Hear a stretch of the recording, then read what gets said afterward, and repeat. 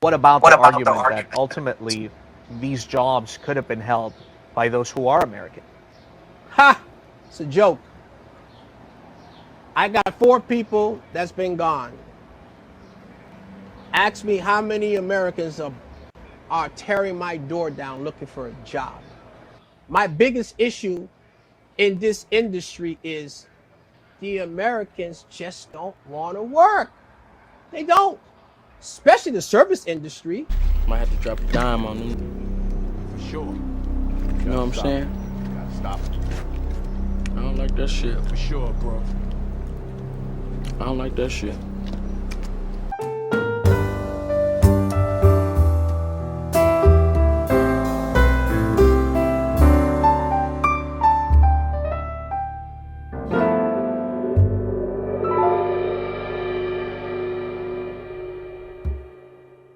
All right, y'all, we back with another video. Y'all know how we do. Always push and help growth and to better understand ourselves. So in this video, we got some more Haitians is speaking out on Americans. Okay, they speaking out on TPS too, but it's like they have to keep doing. And we know they talk about, he says Americans in this video, but we know he talking about Black Americans, right? We gonna play this clip. And also gonna go over some more of the TPS news. It look like a lot of people is vouching so they can still stay longer, but you know, Trump don't look like he playing with that. But make sure y'all subscribe to the channel, hit that like button, push me on the algorithm. I greatly appreciate that, man. Without further ado, I ain't gonna hold y'all. Let's get it. So this is a restaurant owner, I think he in Florida, and he's speaking on Americans don't want to work. Check this out. What about the argument that ultimately these jobs could have been held by those who are American? Ha! It's a joke. I got 4 people that's been gone. Ask me how many Americans are tearing my door down looking for a job. My biggest issue in this industry is the Americans just don't want to work. They don't, especially the service industry. If that was the case, why would I be in terror in my mind and so pessimistic about opening more businesses when all of this is coming to light? There ain't no long lines with Americans saying, I want to come work at Chef Creole. There isn't. And I can tell you that other businessmen will echo the same thing. Everyone is saying the same thing. There's no Americans that want to work. They just don't. And I can see why. They're free. They're free to be complacent. He said they're free. So basically, in terms, he's saying the people that he's hiring is not free. I don't understand his point. It is hierarchy here. So, you know, we demand a certain pay. This is why immigration is so, you know, it works for you guys. But it don't work for us because we've been here, did a lot. We've seen this country where we put in work in this country. So we're still the most financially successful melanated people, mind you, at that. 50,000 patents and accomplishments is unheard of. Okay, no one is even close, but he ain't getting that part. And a lot of Haitians, I played my last TPS video and y'all seen that they said that, you know, Black men smoke weed and sell drugs all day. Free to say that I don't have a 911 in my life tomorrow. I can say, let me go look for another job after I've given these people maybe 3 months of my time. But I'm just going to leave them hanging and maybe go to another place and try to look for a job. They have to. Yeah, they got freedom to do that because they're trying to make more money. Like he's making it seem like he's speaking like from a slave master standpoint. What's up with this dude? Freedom to do that. And there's nothing wrong with that. So don't tell me that there are Americans complaining about working. Don't tell me that, because I am in the industry and I know better. like you said, I think that they more jealous of the opportunities and the situations we are in. Okay, we got someone that has our own internet network. We got someone that just created an app. Okay, we got a lot of people in tech. It's a lot of industries that we're in that we're tapping into that to say this to the most accomplished melanated people is very disrespectful. Very disrespectful. Okay, so they also have where anybody that's on CPS in Ohio, this is what they're doing. I'm not sure if they're doing this in Florida, but they're giving an ankle monitor, right?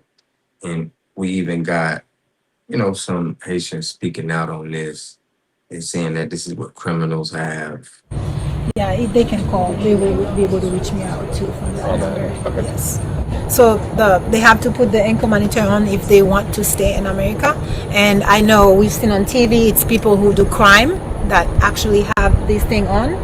And I'm asking, it's dangerous for them because some people, we have to know, not everybody's gonna like Haitian, with everything that's going on right now. And this is gonna be like, oh, there's a person with the monitor. So what if that person are already against them? It's a threat to them. They might kill them. They might shoot them. It's dangerous. So You can't make this up. So she's telling us that somebody is going to look at this lady's ankle and they will want to make violence on her because she has an ankle monitor on. Come on, y'all got to cut this out, man. I know y'all don't want to lead a country, but to say that is just ridiculous. I want to know what y'all think about it too. And again, why is it not a little bit more private? Put it like a Dexicum. You know what I mean? Like put it somewhere more private. This exposes them to danger. And why that? America, anywhere you are, they can find you. They have your phone number. They have your address. Why this? And from what we were told in there, it's within 75-mile radius from Ohio, from their address. I talked to them about what if we have a life-threatening emergency? We have to call the case officer. Is he available 24/7? No, he's not. But this is a question for him. This person gonna reach out within 3 days. Haitian people are very compliant.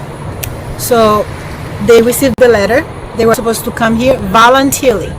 They have to find somebody to drive them to be here on time. So if you really need them, they don't need that monitor on. We are already in jail. Now she has to go see her family in Indiana. She cannot without a legal permission. This is jail. That's not fair. It's not fair. And she has diabetes. Hey, who knows what's gonna happen to her? What if she has a wound there? It's gonna take time to heal. So it's like, and she already stressed. That thing make her even more stressful. Hey, what we're talking about here, human. She said, this is jail. She literally said, this is jail. Can't make this stuff up, man. This how this is their defense mechanism to what's going on. Instead of saying, hey man, you should have got your stuff together with the TPS. It's none of that. It's blaming the system. Man. Well, she was crying in there. I can feel her pain. I'm Haitian. But one thing we need to know, Haitian people are great people. They are not bad people. Our country is bad, yes. But we have to know America ruled Haiti. When we elect our president, if they don't like him, they said, no, this person cannot be elected because they're going to lose their interests. They have many interests in Haiti. If we become a good country right now, it's not good for them. But they are doing this to us. 99.9% of all the guns from America. We do not produce guns in Haiti. So I'm telling you, and now you're trying to send them back. It's not safe. It's a level 4 for security. You're sending them back. Now because they do not want to go because there's no life there, now you put them to jail with the ankle monitor. I think this should be removed. I don't think this is fair, really. Yeah.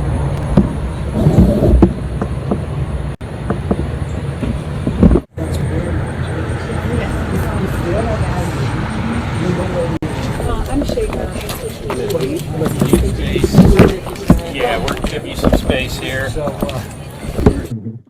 They on house arrest for real. So the ankle monitor really got people a little upset about it, but hey, that's what they ruled. Y'all ain't taking up with them people. They're always coming at foundational black. All right, so y'all know they had to get the people who benefiting from all of this, benefiting from the immigration, come out there and protest and say their piece because they need they need this workforce. So y'all heard in the first guy in the interview with his business, they're making it seem like we need this immigration workforce so bad to keep America going. Check it out. All the way down the block over there, snaking all the way across here at 7:50 a.m. in the morning. This sign in Creole, Nicolette, can you flip it the other way for me, please? No matter where you are from, we're glad you're our neighbor. That is the message that's reverberating here in Blue Ash, Ohio, as these Haitians are being made to make this incredibly difficult decision, either be detained on the spot, which will lead to inevitable deportation, or wear an ankle monitor, which serves, one man told me, as a 24/7 reminder of the fear of deportation. Deportation to a country that the U.S. State Department classifies as a level 4 do not travel. The U.S. State Department tells its own people is rampant with violent crime, with sexual violence, with kidnapping, with terrorism. I want to introduce you to the leader of the Haitian community in Springfield, Ohio.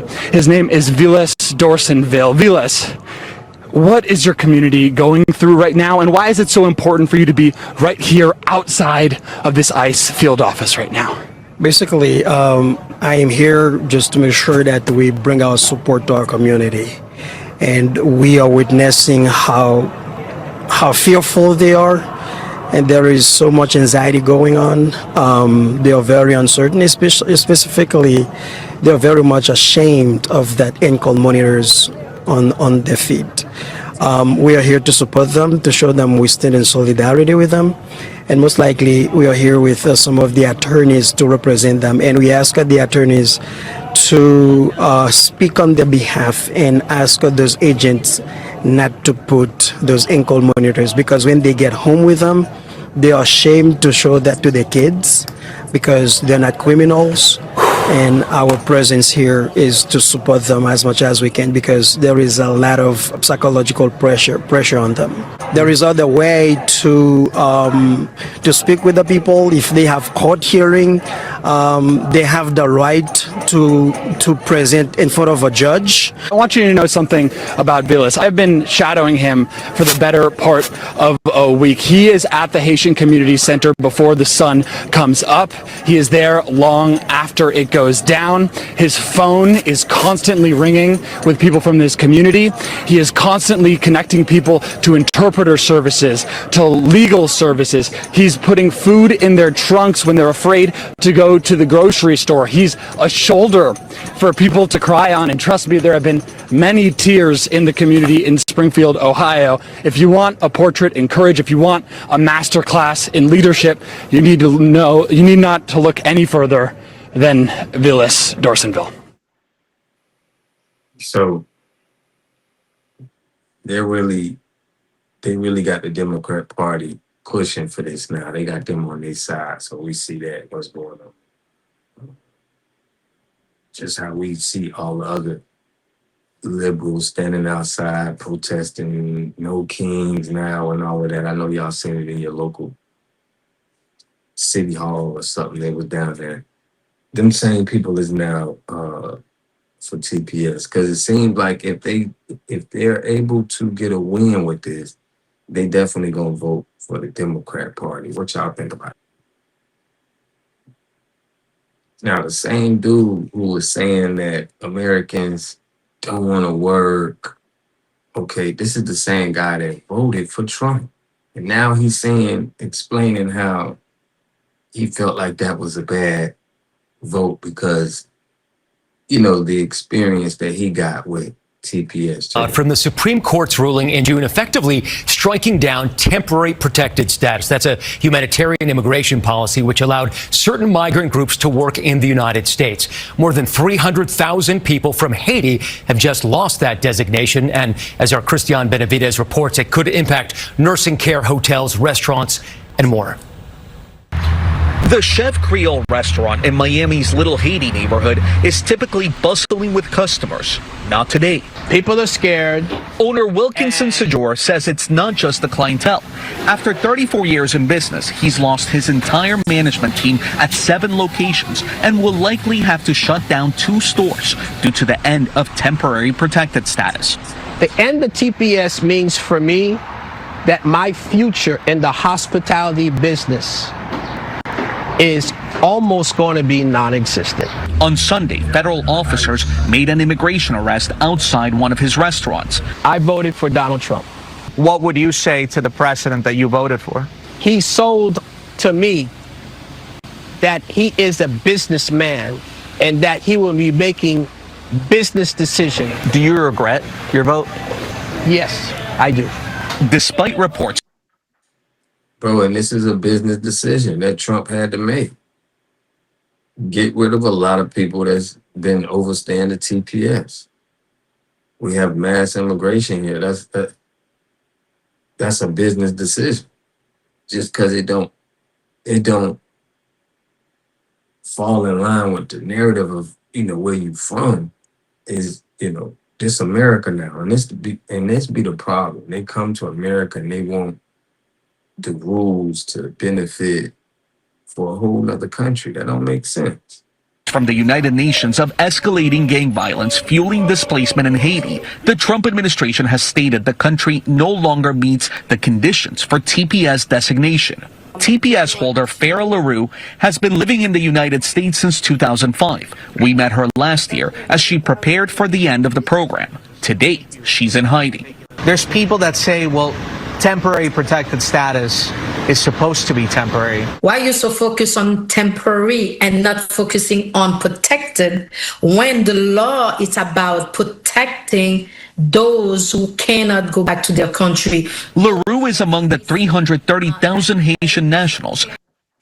This is the country y'all rep, y'all love, y'all got so much pride in. Why somebody gotta protect y'all from y'all country? Y'all should go there and make sure the country is in good standing. It's no point of repping it. And my point.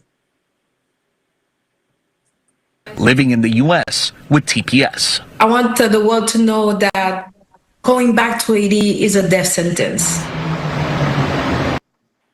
It's a death sentence going back to your own land. So I want to know what y'all think about this in the comment section, man. We is going live tonight. I appreciate everybody for tapping in. Shabazz, everybody who been supporting the channel. Shabazz, Bruce Warren, Sergeant King, all of my members, the Water Gang, Fresh Always, Yaya Kids. I love and appreciate y'all. I'm Elisa. The whole Water Gang, man. Y'all know how we do, man. We got a lot of stuff coming. We're going live tonight. Y'all come tap in. We had a good showing on Thursday. So y'all, pull up, show up, and we're going to get to it, man. I love and appreciate y'all. I'll catch y'all in the next video. Peace and love. A community must have 3 things to have a community in it. You must have a wholly independent economic structure that can provide goods, service, products, and things for your own people, and jobs and tax bases for your own people. You should at least control 4 basic things. You should be trying to control water, food, medicine, and energy to be able to survive and compete. Here we got Mr. Pollock. He had a cornfield. He took advantage of a free water test from us, and this is what we found in this water. We found sulfur, we found hardness, and we solved these problems with an easy fix of 2 tanks.